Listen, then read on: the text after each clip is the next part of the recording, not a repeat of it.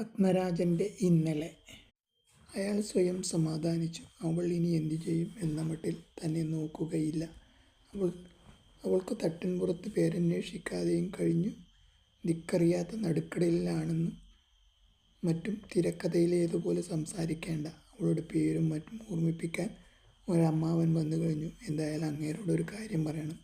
ലാവണ്യ ഇപ്പോൾ യാത്ര ചെയ്യത്തക്ക ആരോഗ്യനിലയിലല്ല എന്ന്. ഇനിയും 2-3 ആഴ്ചകൾ കൂടി കഴിഞ്ഞാലേ പോകാൻ പറ്റൂ എന്നും പറയണം. അയാൾക്ക് ചിരിക്കാൻ തോന്നി. എത്ര ബാലിശമായ ചിന്തകൾ! തനിക്ക് എന്താണ് പറ്റിയത്?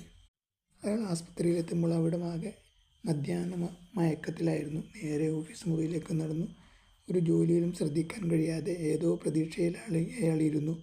കളക്ടറുടെ ജീപ്പും കടന്നു വരുന്നത് ജനലിലൂടെ അയാൾ കണ്ടു.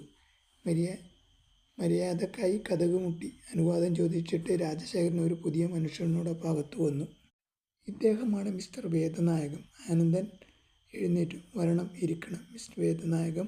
വേദനായകത്തെ കണ്ടിട്ട് ഒരു സാധുവായ ഭാഷാധ്യാപകനെ പോലെ തോന്നി. ആനന്ദൻ ലഘുവായി